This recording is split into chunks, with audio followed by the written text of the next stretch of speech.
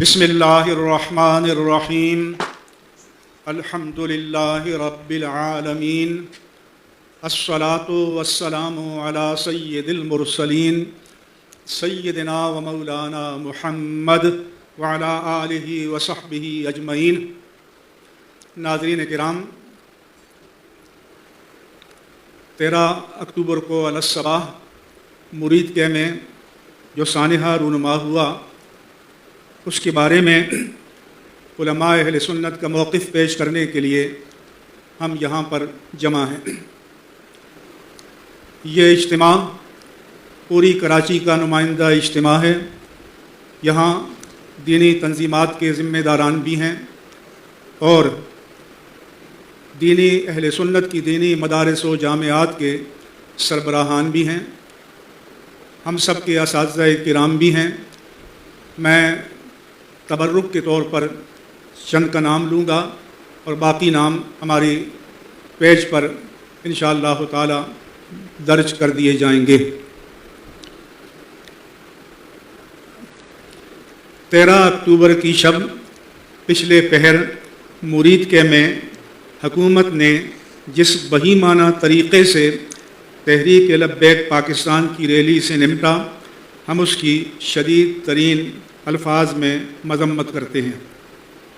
کسی بھی دانش مند اور ذمہ دار حکومت کا اپنے عوام کے ساتھ رویہ ایسا نہیں ہوتا۔ حکومت کے مناصب ہمیشہ ذمہ داری، تحمل اور برداشت کا تقاضا کرتے ہیں۔ ایک مدبر حاکم وقت کو کبھی بھی مغلوب الغضب نہیں ہونا چاہیے۔ ہمارے پاس کوئی مصدقہ اعداد و شمار دستیاب نہیں ہیں، تاہم جو بھی لوگ شہید ہوئے، ہم ان کی مغفرت اور بلندی درجات کی دعا کرتے ہیں۔ ہمارا پرزور مطالبہ ہے کہ دونوں طرف کے زخمیوں کا ریاست و حکومت کی جانب سے مناسب علاج کا بندوبست کیا جائے اور جاں بحق ہونے والوں کو دیت ادا کی جائے۔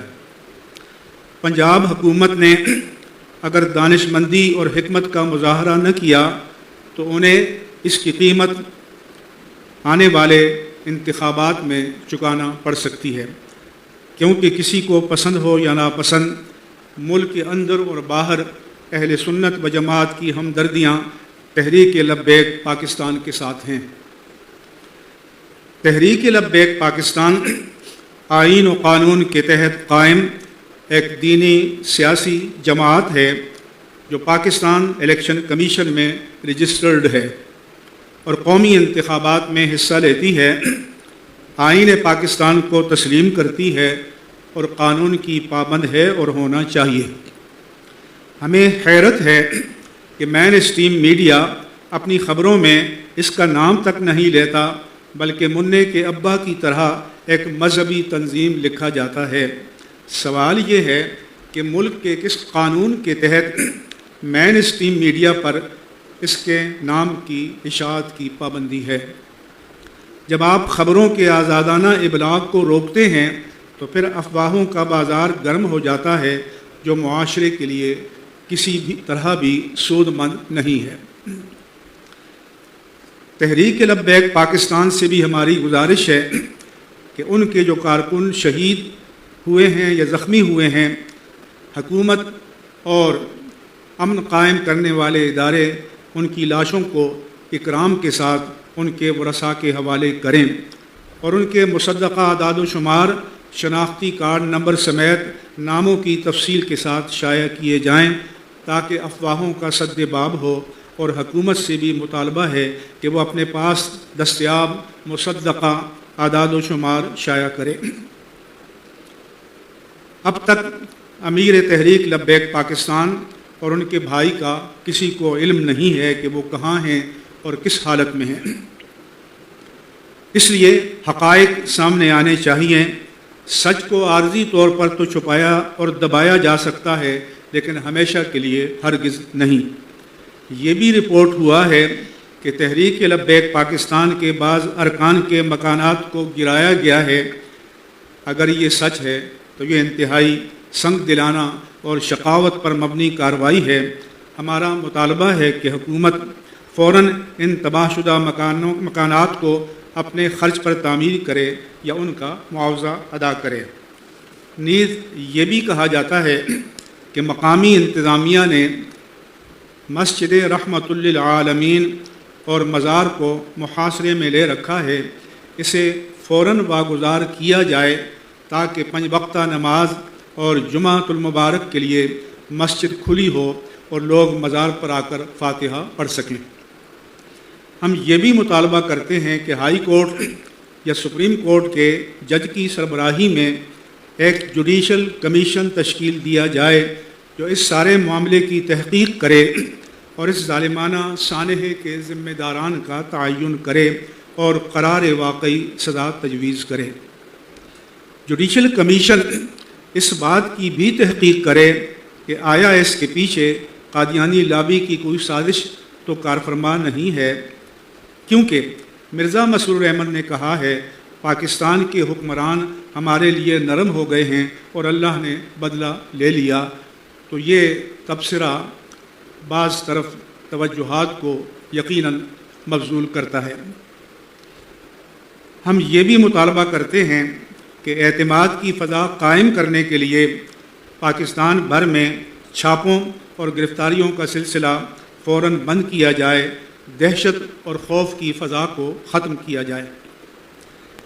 تحریک لبیک پاکستان کی قیادت کو آزادانہ طور پر یکجا ہونے دیا جائے تاکہ وہ باہمی مشاورت سے معاملات کو کنٹرول کر سکیں، ورنہ قیادت کے بغیر کارکن بے قابو ہو جاتے ہیں اور جذبات میں کوئی بھی اقدام کر سکتے ہیں۔ کارکنوں کو قیادت کے تعاون ہی سے کنٹرول کیا جا سکتا ہے۔ ہمارا یہ بھی مطالبہ ہے کہ تحریک لبیک پاکستان کی شورا کے ذمہ دار ارکان اور وفاقی و صوبائی انتظامیہ کے ذمہ داران پر مشتمل ایک کمیشن تشکیل دیا جائے جو معاملات کو حل کرنے کا طریقہ کار طے کرے۔ جن کارکنان کو بلا سبب پکڑا ہوا ہے انہیں فوراً اور غیر مشروط طور پر رہا کیا جائے۔ مزید گرفتاریوں اور چھاپوں کا سلسلہ موقوف کیا جائے اور جن کی FIRs کٹ چکی ہیں وہ واپس لی جائیں۔ آئین و قانون کے مطابق ان کے معاملات کو عدالتوں کے ذریعے کم از کم وقت میں نمٹانے کا طریقہ کار وضع کیا جائے اور اس پر لفظاً و معناً عمل کیا جائے۔ اسلام آباد اور صوبہ پنجاب کی انتظامیہ نے اہل سنت و جماعت کے دینی مدارس و جامعات کو جبراً بند کرایا ہے اور بعض کو سیل کیا ہے۔ یہ شریعت اور آئین و قانون کی روح سے سراسر غلط ہے۔ ان تمام مدارس کو فی الفور کھولا جائے تاکہ درس و تدریس کا سلسلہ شروع ہو اور علماء اور طلباء اپنے اپنے کاموں میں مشغول ہو جائیں، ورنہ اہل سنت اپنے خلاف اسے ریاست و حکومت کا انتقامی اقدام تصور کریں گے اور اس کے نتیجے میں سب کے دلوں میں منافرت پیدا ہوگی جو کسی بھی صورت میں ملک و قوم کے مفاد میں نہیں ہے۔ تحریک لبیک پاکستان کی شورا کو بھی ہم متوجہ کرنا چاہتے ہیں، نعرہ تکبیر اور نعرہ رسالت لگانے والے ہمیشہ پرامن رہے ہیں، ان پر کبھی بھی دہشت گردی اور فساد کا لیبل نہیں لگا۔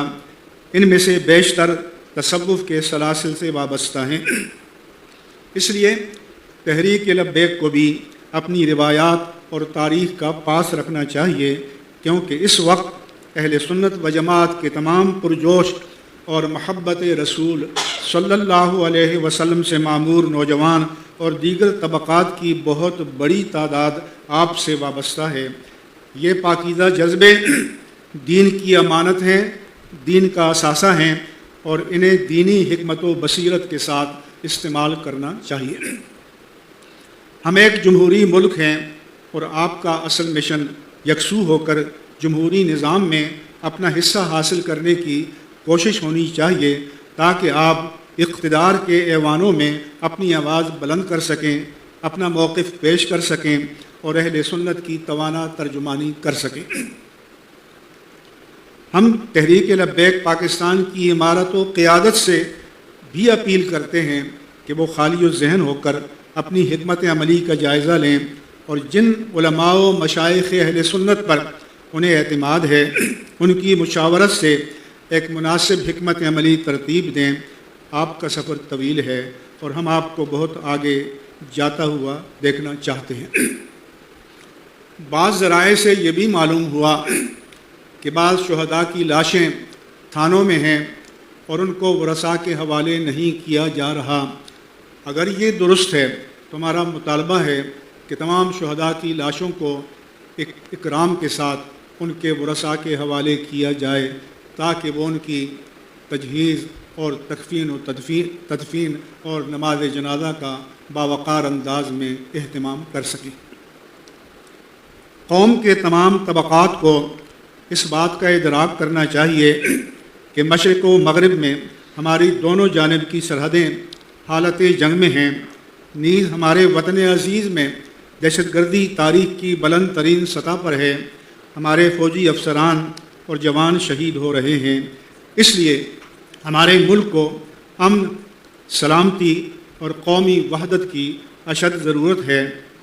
ہمیں ملکی سلامتی کے لیے وقتی طور پر اپنے جذبات کو قابو میں رکھ کر وحدت ملی کے لیے اپنا کردار ادا کرنا چاہیے۔ آئیے ہم سب مل کر دعا بھی